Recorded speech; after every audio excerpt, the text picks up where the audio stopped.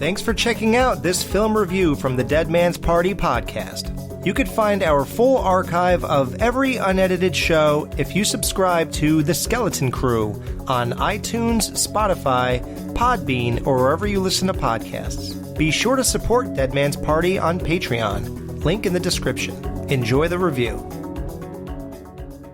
What's up? This is Dead Man's Party. We are reviewing New Jack City.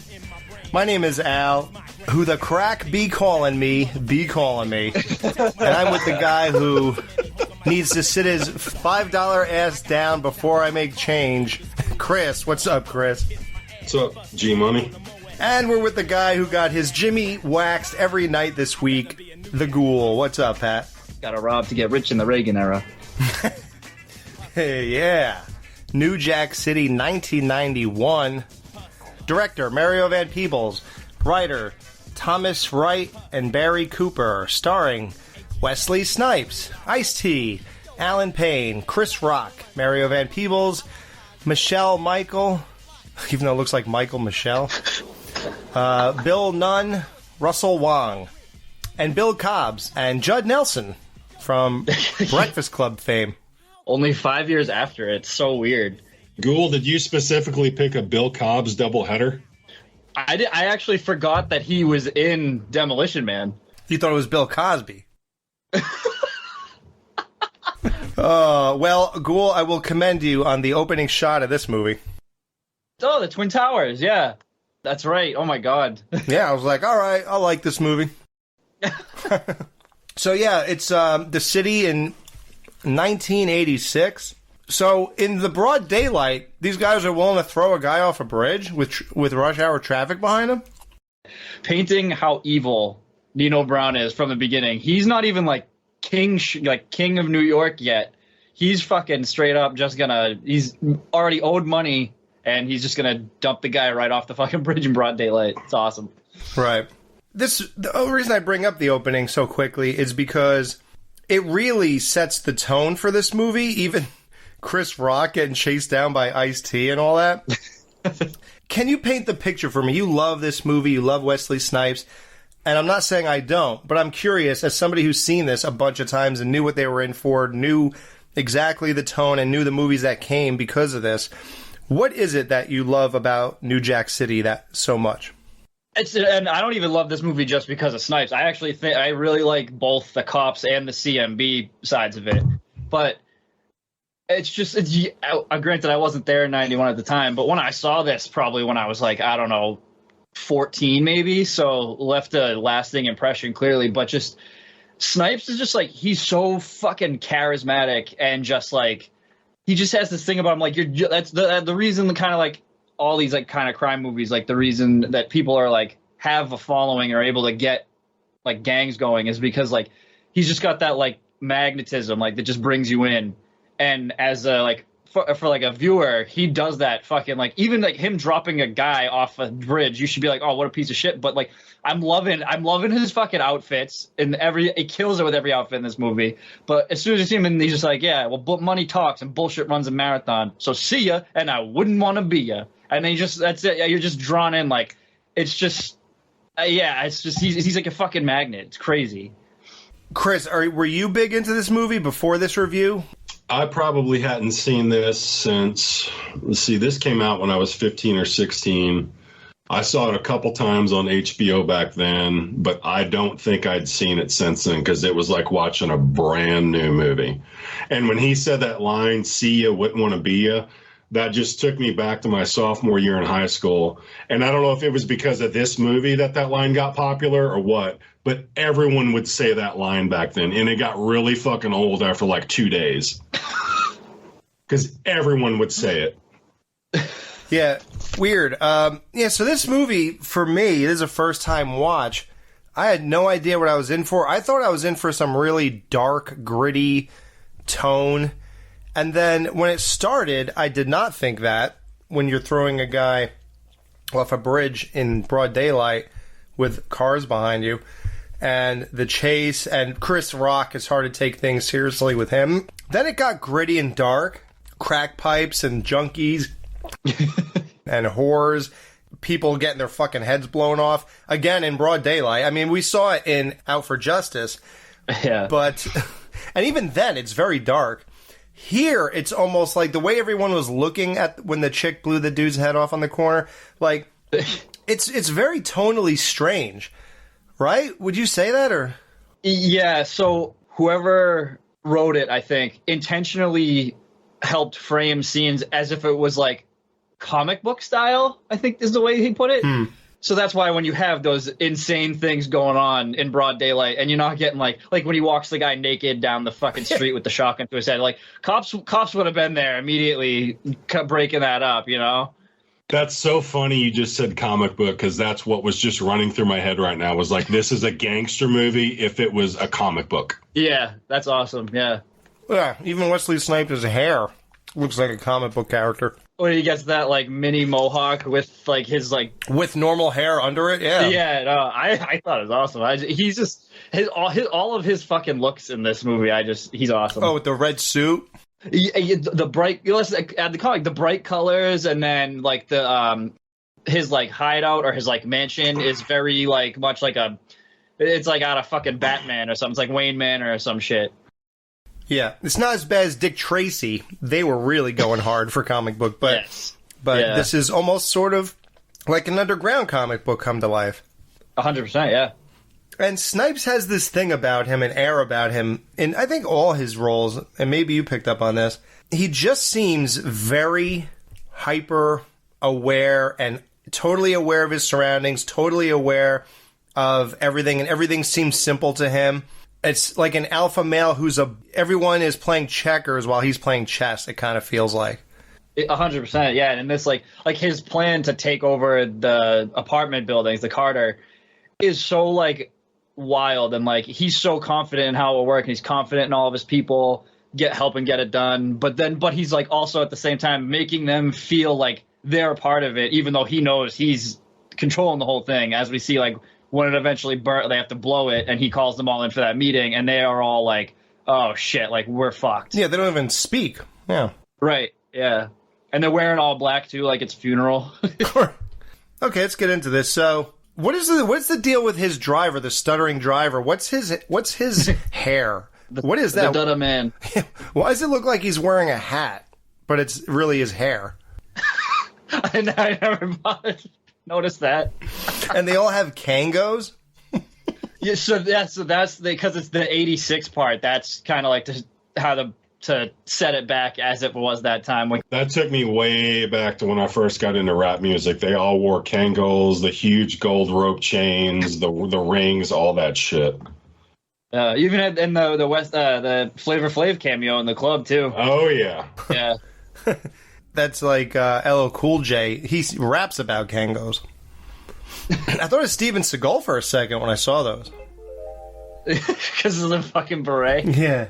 I was like, is he wearing... Oh, it's a Kango, so I guess it's not a beret, per se.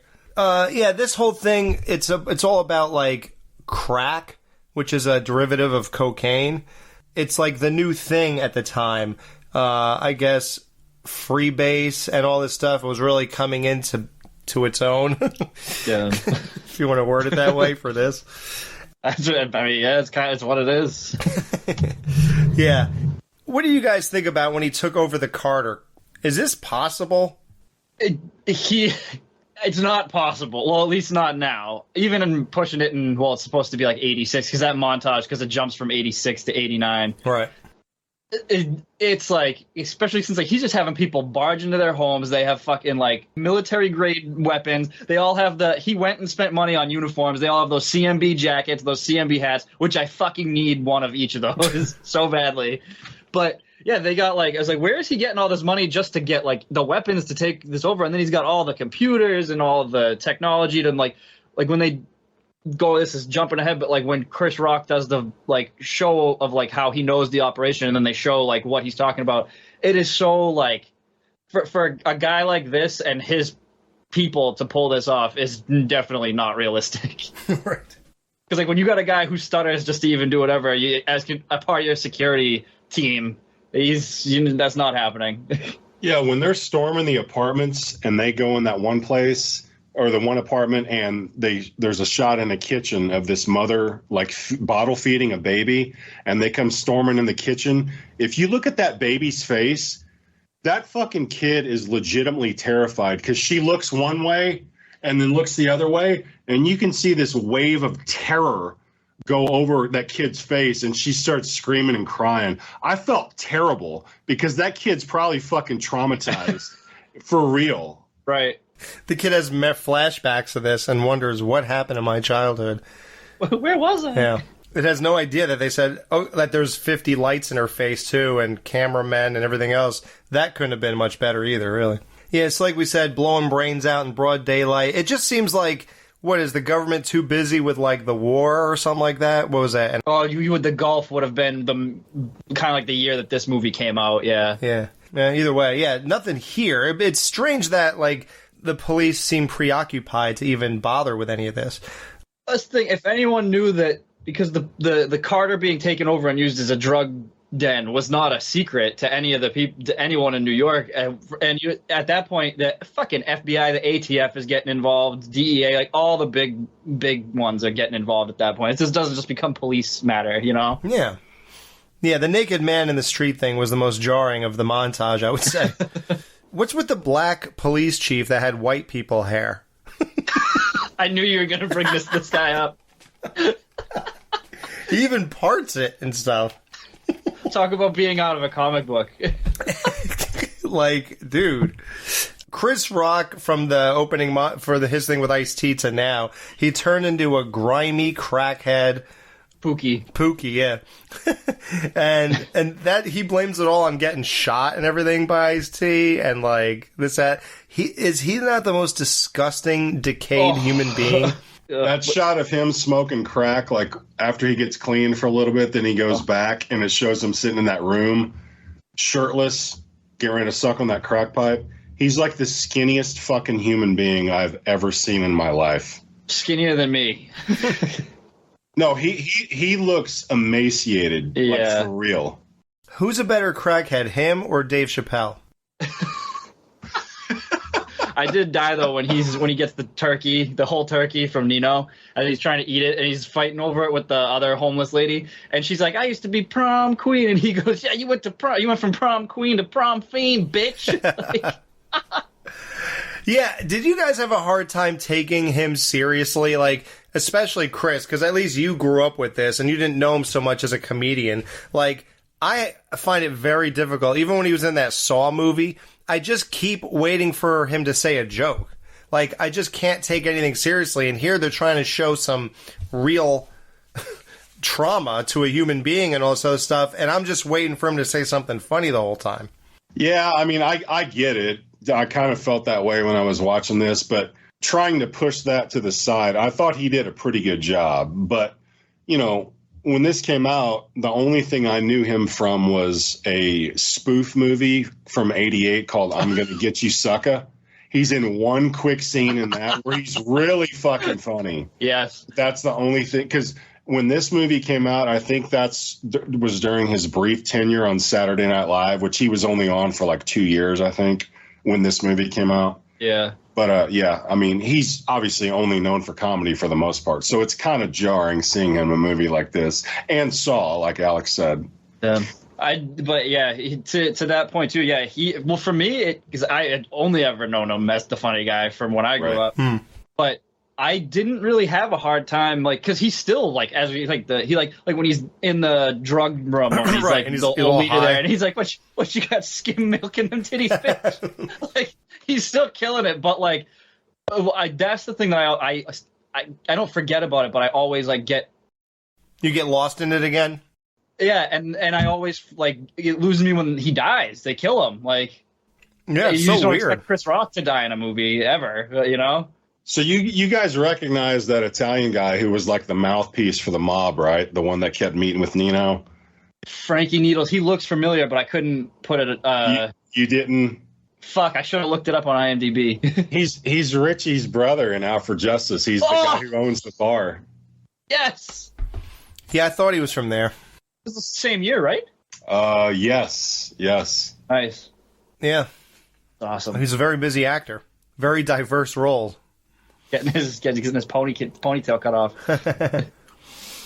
Yeah, I did. The rehab stuff is pretty funny though. When he's like, it's the training him, trying to get him to like keep running, not do whatever. But oh yeah, that whole thing. Like, come on, dude. Yeah, It's total comedy.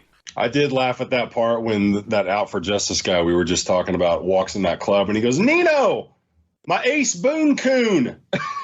And then 30 seconds later, they cut his fucking ponytail off. That was pretty funny. The fucking like racial shit between the Italians and yeah. Bringing Don Amateo sends his because it's New Year's whatever, sends like wishes you a happy New Year, and it's a fucking jockey with a noose tied around its neck. Yeah, insane. Like, what reaction do they expect him to have?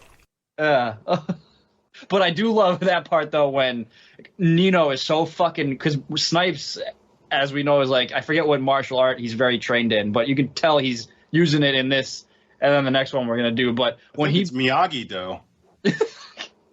Eagle Fang, when he immediately just smashes that thing over the guy's head and then pulls out the butterfly knife, cuts it off, and then just swiftly just fucking his hand movements, like he knows what he's doing. It's awesome. I just love. Oh, fucking cool. You know, I missed it. I was hoping to see his hair in a later scene. Do we see it, or did I just miss it?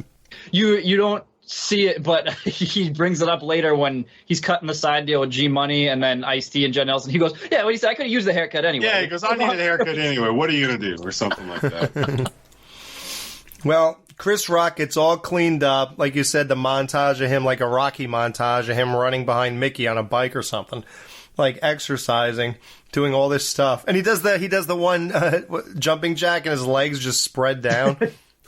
I said the Rocky montage. You call it a crack Rocky montage. Wow, crack Rocky. Did you notice there's a cameo though? Well, not a cameo. I was sure she was just getting like work at this point of Kelly Jo Minter in the. Oh yeah, she was in shit way before this, but she had a very small role in this. Oh yeah, it was like, oh, what a weird, because she was like, she was a name at this time. She was also in Out for Justice. Yeah. Where does that? Holy shit! Wow. Maybe they just like poached everybody from there. I was gonna say maybe there should have been a fucking crossover of Richie. How many times did they show a clip of Scarface in this movie? When we wrap up, I have a thing about the whole Scarface comparison to this movie because it dumbs it down when people say, because people, I'll just say it now, fuck it, people. It's a black Scarface, right? And I'm like, nah, dude, Nino Brown is not just black Scarface. He's Nino fucking Brown. This movie is New Jack City. It's a fucking thing. It's not. It's. The whole rap culture back then was obsessed with that fucking movie. Right, yeah. I mean, there's even a rapper named Scarface that came out in the late 80s. You know, he was in the Ghetto Boys before he went solo. Yeah. Well, Chris Rock infiltrates, what's his name, Snipes' gang here, because he offered him a job if he cleaned up, and they actually give him one. Then you get Snipes in that red suit, like we said, the mohawk hair. The foreshadowing of with him and G Money, him saying nothing will ever come between us. Famous last words. Yeah. Then him rejecting the Italian dudes for their 10% that they feel they should get for whatever reason. So they kept saying, I invested in you to take this guy down, invested in you, because the whole thing is they took Ice-T. He was like not doing anything, and they wanted him back in the game because they felt he, almost like the other movie. Just so everybody knows, we're having a Wesley Snipes weekend, guys. In both movies, they take a guy who's not doing anything anymore and bring him into the picture to take down Wesley Snipes. How weird is that? And they both have Bill Cosby in them. Or, what's this guy's name? Bill Cobbs. Bill Cobbs. So, yeah, there's a lot of things. It just keeps going here. They keep saying you can't trust a junkie, and Chris Rock proved to everybody you cannot. I love how Judd Nelson's the only one who's against it. He's like, no, it's a bad idea. He's like, you're going to get the kid killed. And they're all like, no, we got to give him a chance. Like, fuck that. Like, and then he gives like, you owe a lot of this community, Pookie. You owe me, you owe yourself, you owe the whatever. And anyone, again, though, this being a comic book, this would not happen in real life. No, this is so exaggerated. Even the way he blows his cover, he just starts cracking jokes when all these serious, horrible live people are sitting there like loading crack and everything. And he's sitting there doing jumping jacks, asking about the milk in their tits. Why are all the women doing this shirtless? Is there a problem with... So they can't steal shit and hide shit in their bras and shirt and stuff. Oh, my God. Nino doesn't trust a motherfucker. Jesus. They had to shut down the Carter because his cover's blown. They find the mic. They find the camera. Shit goes crazy. They light it all on fire, and then they have a bomb that's going to go off to basically just destroy all evidence of there being their operation there. Right. I was going to say, like, you get Pookie being killed, and then they de-wire the bomb right in time. And I was thinking, it only hit me until when I was watching it this week, was if that bomb goes off, that whole Carter explodes. New York is that's like a fucking natural disaster right there. Like that would fuck New York up for years. Like, because the size of that structure is massive, and they were gonna rig it to blow up the entire fucking thing. Like that would have been insane. Yeah, like they would have enough explosives to blow up that entire fucking building. Maybe a couple floors, but. Yeah, but it's funny. It's like Nino's only just running drugs. I don't think he has this much money to get this much, all the guns and explosives and the manpower he has. Makes $1 million a week, though, and back then, that's when $1 million meant something. That's right. Yeah, that's right. $1 million a week business reduced to fucking rubble, he said. And how many weeks were they working? How many weeks were they in operation? 2 years or something? It's 3-4 years, because it jumps to 89, and then there's New Year, so you can assume it hits 1990. So they probably have a solid $150 million. Damn. All right. Wow. I don't know why that scene when Nino, it's during the day, he's sitting in that club and those little kids are walking in and he's handing out dollar bills to all the kids. Bill Cobb's guy walks in, he's talking to shit to Nino, and that chick goes, "You better step off, Grandpa." Just the way she said that just fucking made me laugh. Keisha is a hilarious part of this movie. With the Italians earlier, she's like, "You better back the fuck off, Gigantor." Yeah. Was that supposed to be bad acting, or is that supposed to be just funny? There's a thin line. It's comic booky. And then the old man pulls a gun on Nino right then, which I didn't realize then was foreshadowing for the end of the movie. Right. But my only thought was, wow, I can't believe he just pulled a gun on him. And I did not expect what happens later. Yeah. Oh, that's awesome. Oh, cool. No, dude, I didn't remember any of that shit. Wow, no shit. How many wires are you allowed to pull from a bomb before it explodes? According to this movie, just about all of them. Right? Just pull the whole thing apart. Obviously, nothing happens. They were wrong on 3 of the wires, and it's it's okay, man. Now pull the green one. It's what? Ridiculous. So they had to shut down the Carter, I guess. So Snipes barely even yells at his crew for this. He just stabs one guy in the hand, blames pretty much one, maybe 2 guys. It really wasn't so bad. I mean, the intimidation, though, when he walks in that room with that fucking Rottweiler, and then he's got the cane with the fucking knife in it. But I love just just the things the physical things that Snipes does. He's talking and monologuing, and then he starts doing jump ropes with the fucking dog chain leash. Just chewing up every fucking scene that he's in without even, it's not even like he's trying. He's just doing things and it's working. I love it. Yeah. So Chris Rock is dead. Ice-T is pissed. He gambled on a crackhead, so the guy's putting him down. And Snipes is now playing basketball with Woody Harrelson when these other guys come around. Oh. No. Yeah, him playing basketball. Did he already play? Was White Men Can't Jump after this? 2 years after this, maybe? I thought it was same time, maybe before. I think White Men Can't Jump was 92. This was 91. Yeah. So that's cool to see a little bit of that there. I like that they're playing basketball in fucking nice dress pants. So this guy Ice-T gets introduced as a bad guy now. He's a dealer and all this other shit. Mm-hmm. Wouldn't you get a more unrecognizable guy? He was a pretty big part of that scene, Ice-T, right? Back 3 years ago? I don't know. Just weird. They couldn't get anybody else to infiltrate this thing. I like when Nino's like, escort this guy down the block or whatever he says. So he's walking him away. G-Money's walking Ice-T down the, supposed to walk him down the block.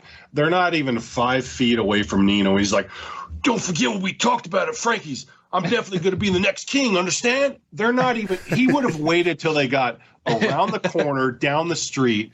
They're not even 10 fucking feet away from Wesley Snipes when he says that shit. And it's not like he's saying it like this. He's like, don't forget what we talked about. At this point, though, you can chalk it up. G-Money is using crack now, so he's losing it. He's slipping. Yeah. Yeah, they're literally in the same frame while he's saying it, looking at them in the background. Yeah, pretty funny. It just shows you that you just don't think straight, and that's the G-Money proves all that. When you're on drugs, it's just over. You're just you're now a liability, and you're useless. So yeah, it's like when he's on the phone with him too. When Nino's on the phone with him, he's like, "And G, if I find out I want this guy attached to the hip," talk about Ice-T. He's like, "If I find out he's a cop, I'm gonna kill him, and then I'm gonna kill you." I'm just like, holy fuck, like. He just does not give a fuck about any of these guys. No. And who also doesn't give a fuck are the Italians. They don't care if it's your wedding. If there's little girls on the stairs, they will come out and get revenge. They just unload on these stairs. I thought I wrote it in my notes. I thought this would be some big revelation. I couldn't tell if Wesley Snipes was using this girl as a human shield, the 6-year-old girl, or if he's trying to rescue her. And then later on, they say this guy uses a motherfucking shield, dude. Yeah, no, he was. I never thought for a second he was trying to rescue that kid. Not at all. Yeah. Well, it's funny too because in that this is where Snipes' action things are starting to kind of too, because when you see him drop the girl and then run and he does a dive, but then he turns around and he shoots while diving, that's all him. Like that ain't a stunt person. I was like, oh, he's like, it's something I never actually really caught until just paying attention, like even more so for taking notes. But I was like, yeah, he does the fucking jump dive while still looking around to get a couple shots off so perfectly. It's awesome. And Ice-T had a kill shot lined up on him, and he didn't take it. So Snipes gets revenge on the Italians. Like, it just keeps going back and forth, and that's the problem with this whole street gang thing. It just keeps going until like most of you guys are dead. It's just not worth it to be in it. So yeah, these guys drive by on motorcycles and shoot up the Italians, and I guess they get the main guy and 10 of his henchmen. Yeah. I love that fucking scene. I just love that shot. Like, I post that part on my Instagram like fucking every 3 months. Just that quick scene of him just gunning people down. It's awesome. Yeah, this lifestyle, and like me and you, like Pat, Sons of Anarchy, like we love it and all that, but it's better to watch it on TV. I don't want to live this lifestyle, especially since it's like if you get caught and go to jail, like we said on either Tango or Cash or Death Warrant. No, jail? No, thank you. Why, you don't want to drink some hooch? It's not just that I'm worried about. So Ice-T, he makes this drug deal that, of course, ends up in a foundry scene. Yes, thank you. I had that. I thought about that. I thought, is this a foundry? Is this another foundry scene? Just factories, foundries everywhere. Just the ultimate place for shootouts in movies in the 80s and 90s. Jesus Christ. Factories, foundries, warehouses. I really like the scene because it gets kind of scary once they're looking for Snipes, and he's like that one guy that he literally hangs down. He's like hanging from his legs. He grabs the guy and just slices his throat. Fucking cuts his throat, yeah. And then he dresses in the guy's clothes and then gets the other guy and just stabs the shit out of him. He did that awfully quick. Right, yeah. No one saw his bright red suit land on the ground. Yeah. But I love this scene. Was Ice-T's partner in blackface? You talking about Judd Nelson? Yeah, he was in blackface, right? No. What are you talking about? Seriously? You talk about he just kind of has like what's it called, like what they do in like those 80s 90s like action movies, like when they have like the is that what that was? Yeah, I don't think I thought his whole face was like black. No? I gotta get the Blu-ray. Do you have $50? I don't have the Blu-ray of this one yet, actually. I like how Judd Nelson saves his ass by pumping like 6 bullets into that guy when he was getting ready to kill him, and then Ice-T just kind of gives him a nod like, thanks. the Dutta man just hanging on. Like, I don't know why. It was really easy to hate that guy. I know, he was so annoying. And how about the part where they all say something, like in the New Year's cheer or whatever, and he, like, spits it out, like, 30 seconds late? I think of what they were saying, am I my brother's keeper? And he's like, yes! They're all waiting to take their congratulatory sip. They're waiting for him. Yeah. Fucking dumbass. Just like when Snipes had to wait to take his sip when Jake Taylor kept mentioning new things on Major League. It's true. Amazing. It keeps coming. Everybody just keeps... It's a whole universe. Yeah. It's all in sync. How about the scene where Snipes is talking to his brother? When he starts saying, you know, like, you did this, you turned on me, you took my bitch, you did all this, you were supposed to be family, and he's like, let's go back to the way it was, and Snipes starts crying. Is there any moment where you actually thought that he would do the thing and, like, start up things again with his brother and do things right this time or anything like that? Or he is just so cold-hearted, like, nothing means nothing to him, and he was crying because he knew he's about to blow his own brother's head off. As soon, just the way that scene was shot and the way he was talking to him, I was like, G-Money's fucking dead. Yeah. Yeah, and that's the thing. And Nino's Nino's a bad person. Like, this wasn't like he's too far gone. Started from this, worked his way to being this cold. He was been cold since the beginning. And so I don't like G. He even said to G, he's like, if this guy's a cop, I'll kill you. And Nino delivered on every single one of his promises early in the movie. So 100%, yeah, knew he was gonna fucking die. But those tears were for Snipes. That was like a solid. Like, yeah, I was gonna say he's a good movie crier, especially after he shoots him and there's a shot where he's still holding his gun like this. And it's got the tears like running down each cheek. Yeah. It looked just like Michael Myers in Halloween 2 after Laurie shot his eyes out and he had the blood streaks running down both sides of his face. You know how they got Wesley Snipes to cry in that scene? They told him in the next movie you make, we're going to have a white guy beat you in basketball. Oh, I thought they told him they were going to have to collect his taxes. Oh. I will say, I used to think he was a scumbag for what he did with the taxes, but I'm on his side. Yeah, it's weird that he got bagged on that because that was a time when not everyone was bastardized like they are now. Like, so he got lucky that he only did that because you could see how the internet works now. If he did anything else, he would no career. Not unfortunately, he has a lot going on these days. Yeah, he's probably like 60 years old now, right? Something like that. Yeah.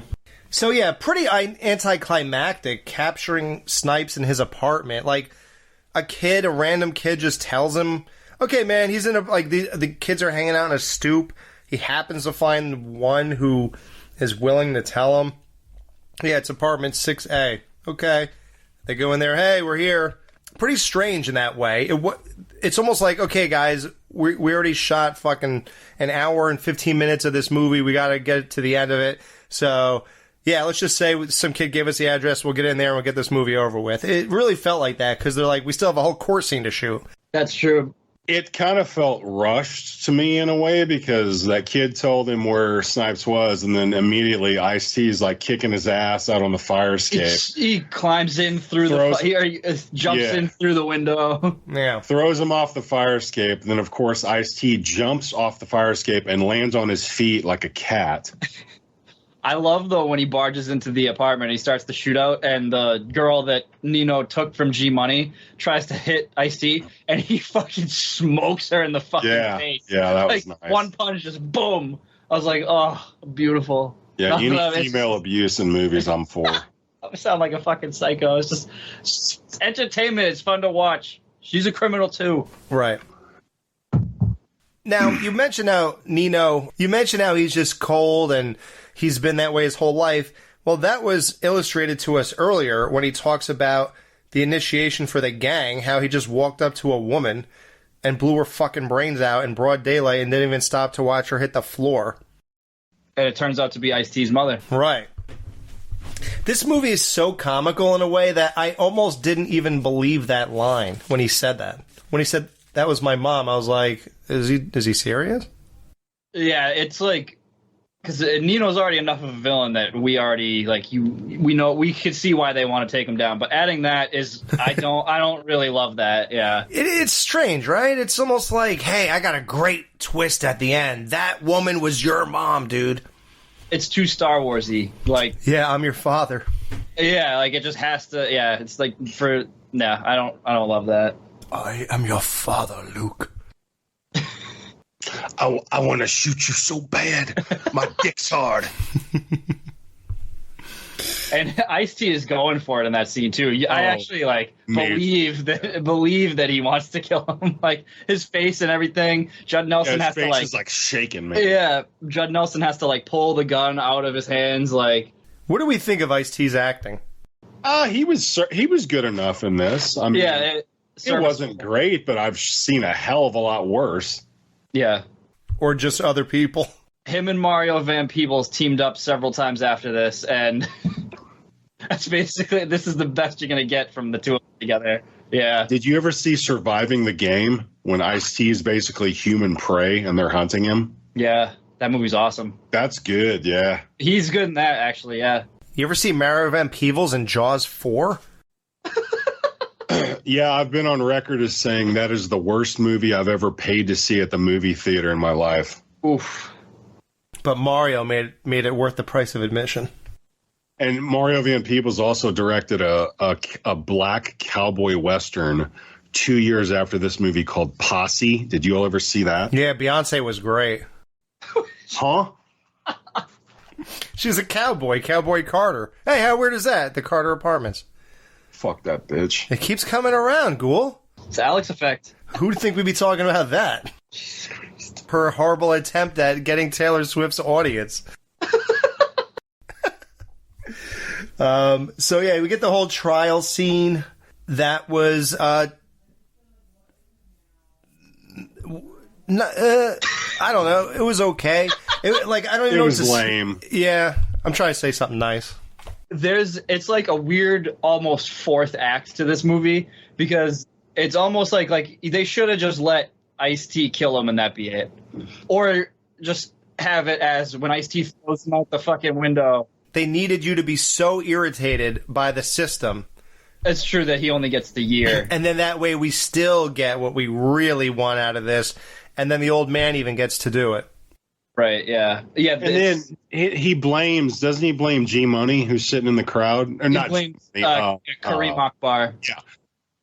Yeah. He's like, he was actually the mastermind, or whatever it was he said. And those bailiffs go stand by that guy like they're going to arrest him. They just based on what he said on the stand. That doesn't happen. That's what I said. I was like, so what? He just says that, and they're like, okay, we're changing the whole entire system here?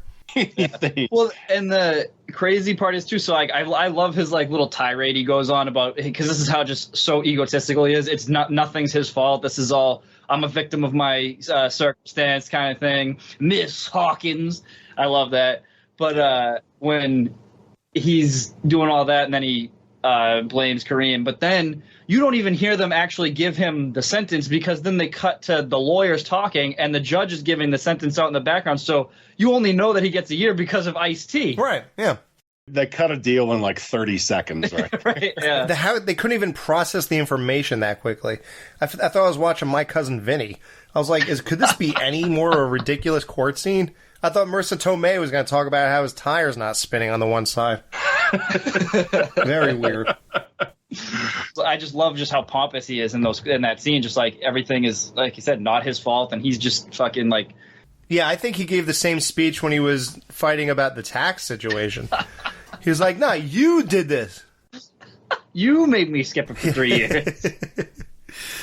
So yeah, the old man who pulled the gun on him earlier pops Snipes right in the chest. After he sold out that dude to get a lesser charge. I guess you just say anything in court. Yeah, he did it. And they go, oh, okay, well then you only get this. It's bizarre. Like Chris said, it makes zero sense to just go with whatever he said and change the entire, you're throwing out the entire case and you want us to come in with a new case, new accusations. You just don't walk up to the stand and change everything. There's weeks of paperwork involved. There's so many things to just change what we're here for. to throw out the case and charge you on different crimes. You just don't do it in 15 seconds. Just because you said so. Like, yeah, just based off of hearsay. Yeah, he could have pointed to anybody. The G Money, whoever he pointed to, he wasn't even on trial. So essentially, he pointed to a random person in the courtroom and said, "No, it's actually him." And they all just go, "Oh, okay. Well then, yeah. Well then you only get." He could have pointed to some 90-year-old woman sitting in the crowd. They would, and they, I guess, in the realm of this movie, they would have surrounded her. Right, right. Essentially, that's exactly what happened. Yeah. And he said he'll be back on the streets in a year, and you could come work for him. Yeah. Hey, Chico, maybe you can come work for me. Yep. And then the movie ends in the same New York. I loved it. I love though when he's like they're talking on the news, and he's like, "Hi, Mom." I'm like, oh, he's such a dick. Yeah. And then the movie ends on the same New York classic skyline, Twin Tower shot, but this time they're coming away from it instead of going towards it. Awesome Queen Latifah song. Yeah. You know, I wish more old people in real life would be like Bill Cobbs in this movie. When you only got a couple years left, just go out and kill some criminals. Yeah. Go serve the last couple years of your life in prison. Yeah. You're doing society a favor. Why not? I love Judd Nelson's and Ice-T's reactions to Nino dying and falling. Judd Nelson's smiling, almost laughing. Straight up, yeah. And then Ice-T is just like, whatever. But I love Judd Nelson. Like, I find Judd Nelson to be really underrated in this movie. I wish he did more movies like this. He's almost like I like him in this, but he's almost like out of place. It's weird. Just because when this came out, he was so known for The Breakfast Club and to a lesser extent, St. Elmo's Fire. St. Elmo's Fire, right? Yeah. Yeah. Well, it's funny you bring that up because I think I've asked if you listen to Rewatchables at all. They did this a couple of years ago, and they have the whole category dedicated to him because of this movie. The Judd Nelson acting out of place award or whatever. What movie? Or I thought you were in a different movie or whatever. Yeah, exactly. Yeah, and that's that is it's true though, but it is really funny. Okay, guys, we got a ton of crack here. Let's throw them in these instruments here and tell everyone how many glass dicks we're sucking out of 5 for New Jack City, Chris. Like I said, I hadn't seen this in 30 odd years, so this was basically like a first time watch. Really liked Wesley Snipes in this. Liked Ice-T. Judd Nelson, even though it was weird, I liked him in this. It felt it felt really ridiculous at times, but I still had fun with it. I'm glad I watched it. So I will suck 3 glass dicks out of 5, but not yours or yours. Those are the 2 I'm not sucking. I'm giving this, it's. I went back and forth with. I will say it's all entertaining. Really not a dull scene in this movie. Snipes' performance, top notch, basically. They captured a really scummy, gritty New York pretty well. Not the kind you want to relive exactly or anything like that, but it was entertaining. It was outlandish. It was ridiculous. The tone was all over the place. Sometimes they want to be dead serious. Other times you could tell Chris Rock's in the movie.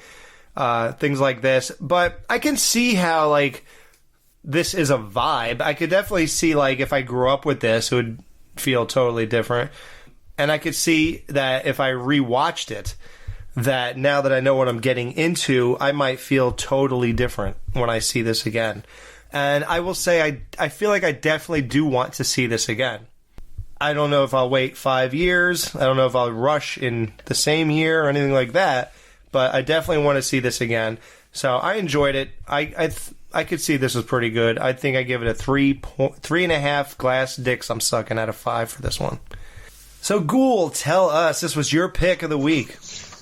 All right, so this has been a staple for me since I was a teenager, since the first time I saw it. It's always on rotation in some way, whether it be I'm actually watching it or I'll just throw it on in the background and I can still know where shit's at just hearing random shit while I'm doing something else. It's not the best of crime movies, but I hate that everyone calls this the Black Scarface because it's insulting to the character of Nino Brown as just a movie character, criminal movie character alone, because like he's on the Mount Rushmore of that for me. Snipes fucking delivers, and this basically being his breakout role, and he makes that enjoyable villain that you love to watch, but you really want to see get his fucking comeuppance. I love Ice-T as a protagonist, and he's not as bad as you would expect in a movie for this kind of caliber. And I actually I love both the supporting characters on both the CMB and the police side. It like adds to like a seedy depth kind of it, like you were saying, Alex, like the griminess of like this version of New York. And I've never gotten bored during this fucking movie, and I don't think I ever could be. Like, I didn't even realize that this movie is like only an hour and 40 something minutes long. 40, but it does not feel, it does not feel that long at all. And to give a reference, I'm doing this as a shout out to a friend. This is a certified hood classic. This is a fucking 5 glass dicks out of 5 for me. Wow. Yeah. Nice. I thought the guy who hired Ice-T and Judd Nelson was going to be a major player in this movie. He turned out to be a nobody. You talk about Mario Van Peebles? Yeah. Well, he really, I mean, like I said, if you look up his filmography, he made a bunch of not great movies, but I actually found this out recently. I was reading it, that he got them to direct this movie because he was friendly with Clint Eastwood when they were on Heartbreak Ridge. And Clint Eastwood went to whoever, I forget what studio put this out, and told them, like, give the kid a shot. And that's how he got the chance to get this movie out. Oh, wow.